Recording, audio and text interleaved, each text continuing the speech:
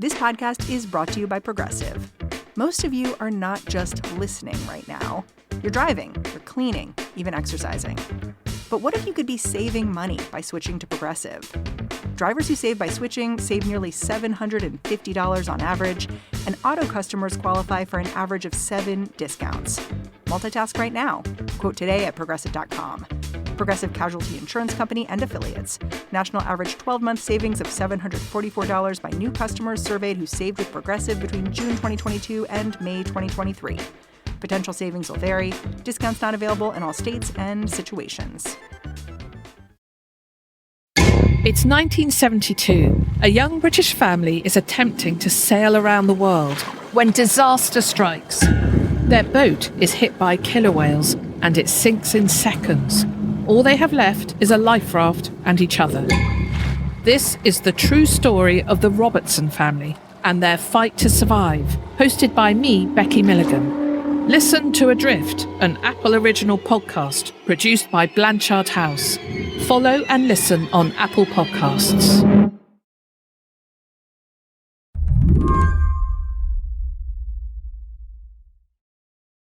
I called up Jamelle Bouie from over at the New York Times because after this weekend, I was mad. Like, really mad. And I wanted to talk to someone about it. So, Jamelle, now that it seems like the shutdown is ending, can you tell me what was the last 6 weeks about? What was the last 6 weeks about? Yeah. Late Sunday night, as you've probably heard, 8 Senate Democrats decided to vote with Republicans to pass a continuing resolution to fund the government. This after sitting on their hands for 6 weeks in the hopes that Republicans would sign off on extending a bunch of healthcare tax credits that expire at the end of the year. In the end, Democrats compromised, but those ACA credits, they are still expiring. And beyond a vague promise to hold a vote on them in December, Democrats did not get squat. That's what really gnawed at me. Hence the call to Jamelle. To step back a little bit, shutdowns as a political tactic have never been especially successful for the party that engages in them, which is the Congressional Minority Party. So were the Democrats destined to lose here? So yeah, that's where I'm going with this. That I'm not sure that there is a world in which the majority, Republicans in Congress, and President Trump were going to concede to Democrats, to lose face in that way. The fact that Democrats held on for 40 days is actually, I would not have expected that. The problem is that senators themselves are portraying what they've done here as a cave. Well, Joe, you have to go back to what the strategy was at the beginning of the shutdown. Like this is Senator Angus King of Maine on MSNBC explaining his vote. There were 2 goals, both of which I support. One was standing up to Donald Trump. The other was getting some resolution on the ACA premium tax credit issue. The problem was the shutdown wasn't accomplishing either goals, and there was there was zero likelihood that it was going to. In terms of standing up to Donald Trump, the shutdown actually gave him more power. King's statement, other similar statements, kind of betray a sense that they don't see what's happening now as sort of out of the ordinary. It seems to me that maybe their mental picture of the world right now is just, this is a pretty typical overreaching president facing backlash, and we just have to ride the backlash kind of thing. I think it just shows a real lack of awareness and a real lack of awareness of where Democratic voters are. Yeah. The idea that this is just a regular, degular time and a regular, degular governing situation. We literally just disproved that with Joe Biden. Like, that was kind of Joe Biden's case. He came in and he's like, let's just get back to normal, y'all. And like, we just need to break the fever, do some bills. And he did that. And America's like, no, actually, that's not what we're about right now.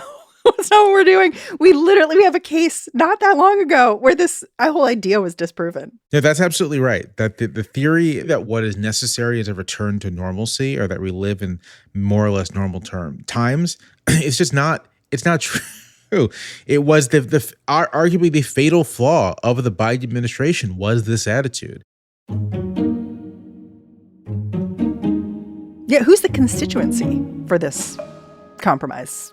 end of the shutdown? I have no idea. I don't understand either. Today on the show, the government seems to be on the cusp of opening up again. Is that a good thing? I'm Mary Harris. You're listening to What Next? Stick around.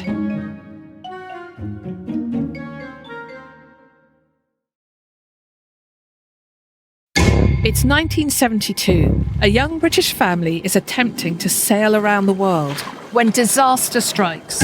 Their boat is hit by killer whales and it sinks in seconds. All they have left is a life raft and each other. This is the true story of the Robertson family and their fight to survive, hosted by me, Becky Milligan. Listen to Adrift, an Apple original podcast produced by Blanchard House. Follow and listen on Apple Podcasts. Some days, winding down can feel impossible, and after a long week, the idea of a hangover is not so attractive. So, if you're looking for a healthier way to enjoy happy hour, check out Cornbread Hemp's THC Gummies. Cornbread Hemp produces America's first and only USDA organic THC gummy. They're perfect for unwinding, kicking back, and enjoying a chill night with friends without alcohol or the hangover. All Cornbread Hemp products are third-party lab tested for safety and purity, and they're made with real THC and organic ingredients. You can choose from 2 delicious flavors, Blueberry Breeze and Blood Orange Bliss, and they ship directly to your door. Cornbread Hemp THC gummies are designed to help you unwind and relax. So, if you're in need of more chill than thrill, head over to cornbreadhemp.com to order today. Right now, What Next listeners can save 30% on their first order. Just head to cornbreadhemp.com/whatnext and use code WHATNEXT at checkout. That's cornbreadhemp.com/whatnext, code WHATNEXT. Cornbread Hemp. This is the good life. Okay, for those who just saw the news about this deal, maybe when they opened up their phone on Monday morning, and were maybe surprised, can you take me back in time? Like, how long had this deal been brewing? You've alluded to the fact that it kind of was being negotiated in the background, not publicly, for a while. Yeah, it appears that there clearly have been members of the Senate Democrats who have wanted to cut a deal from the start, who did not want to do a shutdown, who wanted to get this done with from the start. It's not entirely clear who those members were, but it's clear that those members have always been there. The names I keep seeing are Jeanne Shaheen of New Hampshire, Cortez Masto of Nevada. Like, there are just a few people who just keep appearing at the party, as far as I can see. Right. There are other members who might have been comfortable with a short shutdown or clearly uncomfortable with a long shutdown. And that's probably a non-trivial portion of the overall caucus. And I would probably throw Schumer in there as well. And so my sense is that there have been efforts to negotiate something for the past couple of weeks. And those negotiations have sort of centered on, it seems, backing down from the demand for concessions on healthcare and finding some other place where Democrats can say they claimed a policy win and Republicans can say they reopen the government and so on and so forth. What is this agreement now? Like, can we just lay out the basic structure of it? It extends, it's a continuing resolution till January, right? It's a short-term continuing resolution that expires in January. So we'll be doing something like this again in a couple of months. It sort of restores SNAP benefits. So SNAP benefits go out. It rehires federal workers who have been fired and kind of resumes paychecks for federal workers. There are, I believe, some efforts to try to put some limits on how the administration is choosing to spend congressional appropriations. There's a little bit of that. But the big things are SNAP is back, federal workers are protected, and this only lasts until January. Including the protections only last until January. Right. So it's like you get your job back until January, and then we're gonna do this again. I think the theory here is that in January, with SNAP as a leverage point off the table, it becomes about healthcare again, and that will be the time. Oh, and the other thing is that there's a promised vote in December over subsidies, which seems like, all right, cool. This was the thing the Democrats were negotiating over. Like, so instead of extracting some kind of agreement on this, which there was mixed opinion about whether that was a good idea, but they're going to vote on it in December. So, okay. Like that, there'll be a vote, but who knows what way that vote goes. And one can assume that this is going to be a whole lot of nothing, this vote, right? Like it's not gonna really matter much. I should say you could potentially make this argument about this deal as well, because obviously it has to go to the House, right? The House, whatever deal passes, this deal is not identical to the clean CR that the House has passed. And so the House will have to pass something like the Senate deal. And it's hard to imagine that Mike Johnson agrees to it.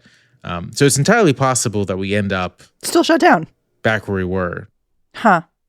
It was interesting to me to look at who voted for this and who did not. Like early on in the conversations about ending the shutdown, there were reports that people like John Ossoff from Georgia were in the room trying to like negotiate the end to a shutdown. He did not vote in favor of this, but other people did. So what does that mean about the coalition and the larger Democratic caucus in the Senate and how they feel about this deal? I think it's an astute thing to pick up. When you look at who voted for the deal, you have retiring senators like Dick Durbin of Illinois. You have Class 1 senators who aren't going to be up for re-election next year. And so the people who are walking the plank, as it were, are the ones who are just not going to face any particular electoral consequences, either ever or in the near future. And that to me suggests that, yeah, I think Ossoff was probably for this deal, right? Senators up next year, or who might be up in 2028, were for this deal.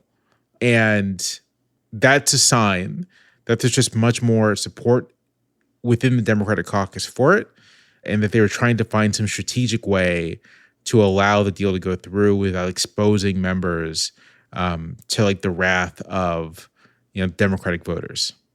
Now, one would think perhaps that you would just listen to the Democratic voters. Yeah. But one thing that is apparent is that, Republicans are afraid of the Republican base. Democrats seem to be afraid of the Republican base, and no one's really afraid of the Democratic base. Yes, I totally agree with that.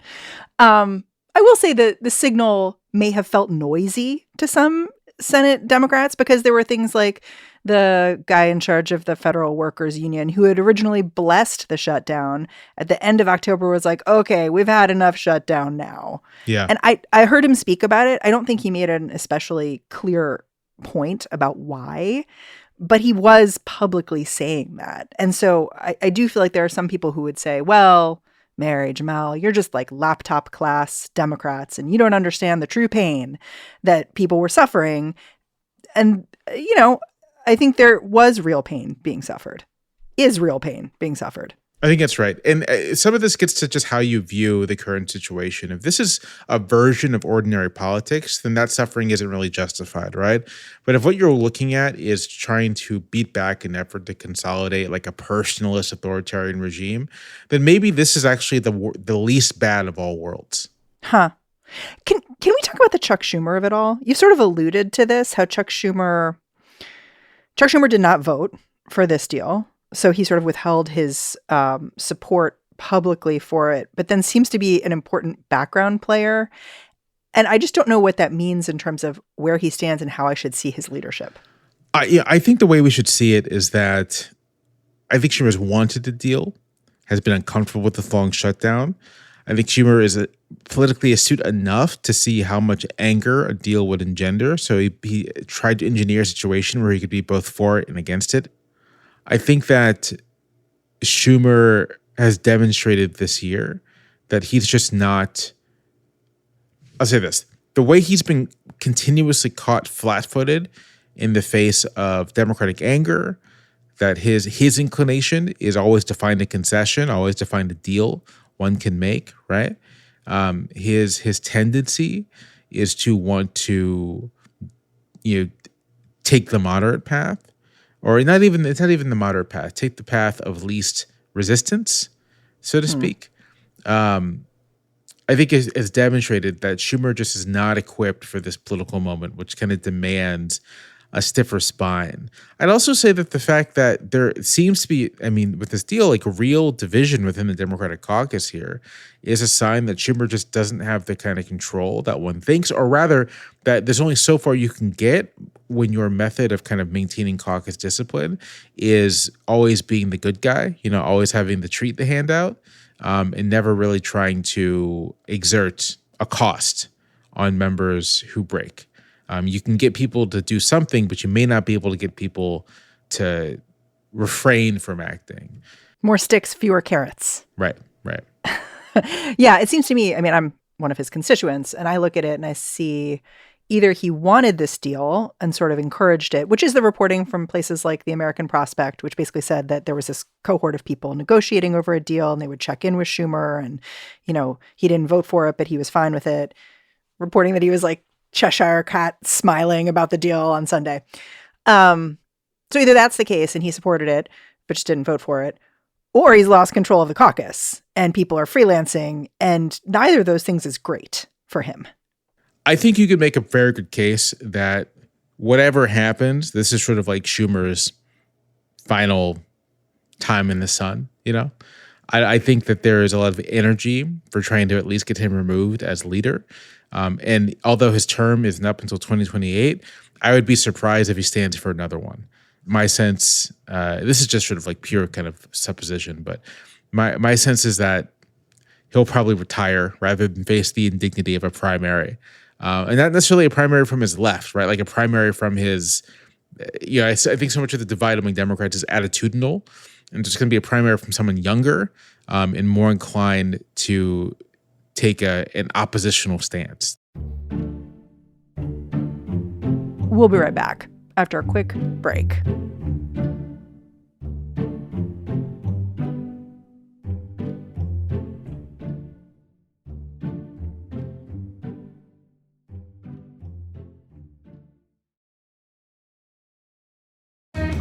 This episode is brought to you by Built.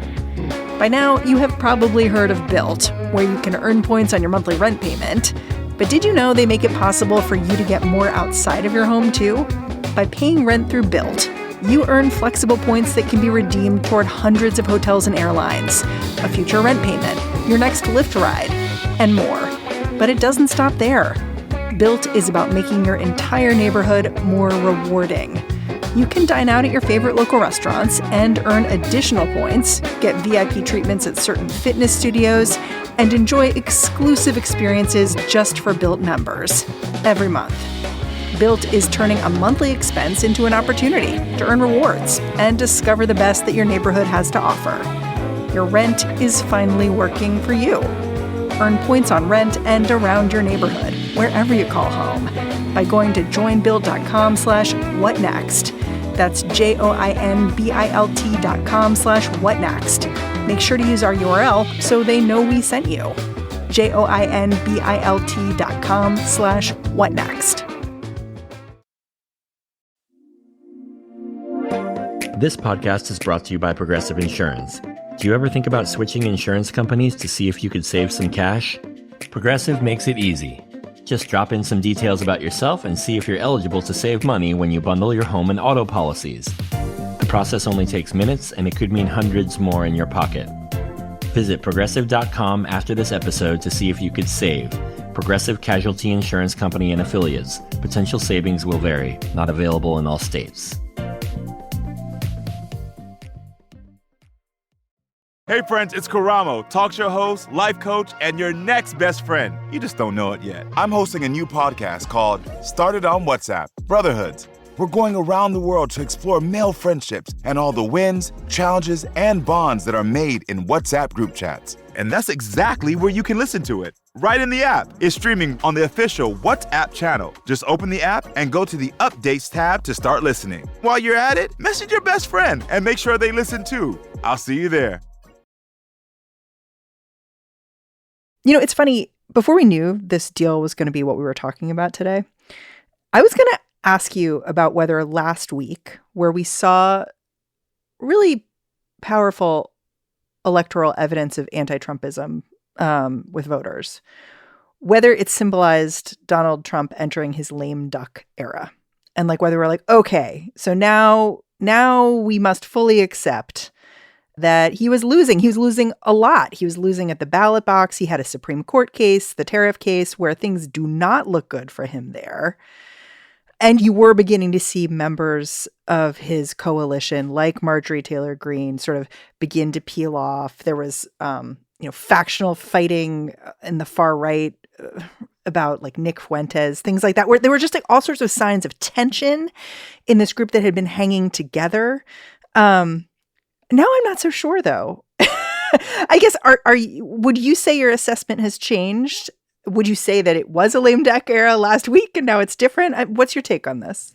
No, I mean, I'd still say that Trump is in his lame duck era. I mean, part of what the usefulness of last Tuesday was that for the past 9 months, right, people like myself have been arguing Trump is unpopular, he's weaker than he looks, right? There's been those arguments about the extent to which the various political actors should try to work with Trump, try to push back against him, that kind of thing. And there's been polls, obviously, but there hasn't really been any like hard evidence. And so all of a sudden we have this, not all of a sudden, but we have this election in which, yes, Democrats were favored to win, but they weren't necessarily favored to win by this much.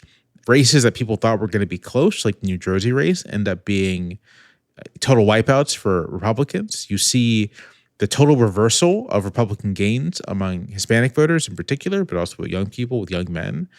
And so what Tuesday is like, it's our first bit of hard evidence that, yeah, Trump is unpopular. He's so unpopular, in fact, that he's turned what was going to be a good Democratic night into a Democratic wipeout. And the question I think you have to ask from there is, do you imagine over the course of 2026, Trump's prospects improving or getting worse? Do we think there'll be course correction, or will he continue to do what he's been doing? There's been zero signs of course correction thus far. Exactly, right? That at minimum, what you can expect next year is more of the same of what we saw this year, which is brutally unpopular with voters. And if we get unlucky enough to have some kind of crisis or emergency or disaster next year, that's just going to make it even worse. So my sense is that we can expect something like what happened this November, next November. And if that is the case, then he's a lame duck, right? Then the Republican trifecta is coming to an end, and the Republican Party is on track to suffer a huge defeat, and there's not all that much he can do about it. Yeah, my evidence that I don't think Donald Trump will moderate is that when you see Donald Trump confronted with failing stuff, he's doubling down. Like when the shutdown was bugging him, he's like, this is bad. He's like, oh, great, we got to blow up the filibuster and just keep on keeping on, right? He wanted to like pedal to the metal. And then when you listen to him about solutions to cost of living, like for instance, everyone talks about housing crisis. Over the weekend, we saw this proposal get floated. What if we did 50-year mortgages? Trump is really in favor of that. Now, that is a proposal that would leave people not as homeowners, but as like debt-ridden for their entire lives. As like indentured servants. Yes, we are creating serfs. We're like, what about serfs again? But I don't see a whole lot of checks on the doubling down other than voters is the thing. Like I see some actors. It was interesting to me to see, for instance, Governor-elect of New Jersey, Mikey Sherrill, who, as you said, was kind of like the weakest link in the Democratic ticket nationwide. People were like, she may not make it there. Immediately, as soon as the deal was announced, like, we're going to end the shutdown, she's like, no, that's not what we want. I was like, yeah, she learned what time it was real fast. But I don't know. I don't know if that learning is happening universally, I guess. I'm not sure that it is. And I do think that what we're seeing here, you know, I think I've already alluded to this a couple of times, but the divide among Democrats is not so much progressive and moderate. I mean, that's there, right? But I'm not sure that's the most salient divide. The most salient divide is how willing are you to fight, and what's your inclination towards, you know, concession and capitulation. That's the difference. And Cheryl, right? Even Spanberger, who was like, her whole thing is like, I can work together in a bipartisan way, but she's shown a real willingness to be more aggressive when necessary. Spanberger, the new governor-elect of Virginia. The new governor of Virginia. I think the thing we are seeing is that younger Democrats are just more inclined to see this as a time where there needs to be like real opposition. And there's a class of Democrats in Congress who, are treating the current situation as somewhat normal. They don't necessarily see the need for the kind of, I keep using this phrase, but really aggressive posture that I think Democratic voters want. Well, we should be specific, right? It's the Senate. Right. It feels like Senate. the Senate. Senate Democrats specifically. It's a Senate. Senate seems to be a real issue here. And last week, again, you did see Senator Chris Murphy basically come out. You could feel that he could see this coming. And he did an interview with Fox News where he basically said, if we compromise here, if we end this shutdown, we will see electoral consequences moving forward. This will be very bad electorally for us. Is that not something the people who were behind this are clued in on? Like, did that not get through? Yeah, I'm not sure. I would, I honestly would love to know how they're thinking about all of this, because my sense is, again, I'm not sure that this is bad electorally. I think it's too much to say that, but it's bad for the vibes, Like part of what you want is to cultivate good vibes so that people are excited to vote for you. And this is just bad for the vibes. And ordinary people don't make much of a distinction between the various groups of Democrats, right? So it's not, Jackie Rosen, who I think is one of the senators who backed this deal, or Jeanne Shaheen, might think to herself, they might think to themselves, oh, well, if there's any backlash, it'll like fall on us. No, that's not how it's going to work. It's going to fall on Democrats. Yep. And so House Democrats are going to have to deal with it. State level Democrats are going to have to deal with it. Like Democrats as a whole are going to have to deal with it. Well, I got to say, the vibes thing is something the Republicans really get. They just get it. Like, it's like I went to the DNC and the RNC, and the vibes were like way happier at the RNC. There was like a Turning Point USA platform with some fireworks in front of, they got like, we look like winners, you know what I mean? And like, they wasn't the same with the Democrats. They have not adjusted to the vibes-based reality. That's a good way of thinking of it. Republicans put their emphasis on looking like winners. Democrats put their emphasis on looking responsible.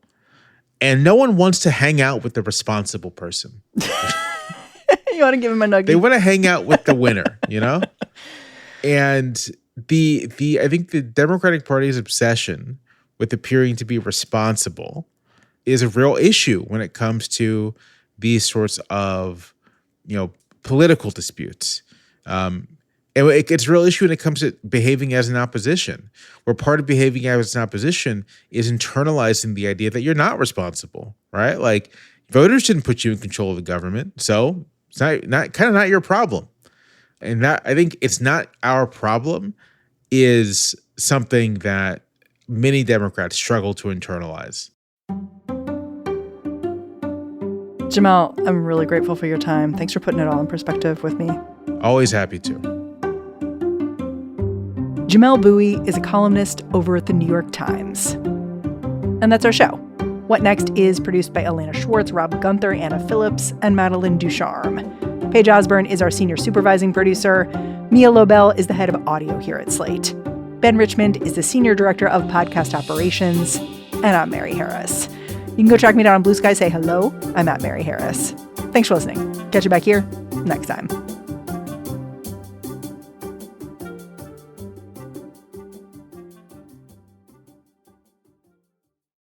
There's about 10 seconds left on the clock. The Instacart shopper has to nail this handoff. He's flying down the sidewalk. He's looking for the receiver. Lining up the pass. And he did it! Game day is saved! Wait, Dad, did you forget Div? And we're back! Get ready for game day with Instacart and get $0 delivery fees on your first 3 orders. Service fees apply. 3 orders in 14 days excludes restaurants. Instacart. We're here. This holiday, discover meaningful gifts for everyone on your list at Kay. Not sure where to start? Our jewelry experts are here to help you find or create the perfect gift, in-store or online. Book your appointment today and unwrap love this season, only at Kay.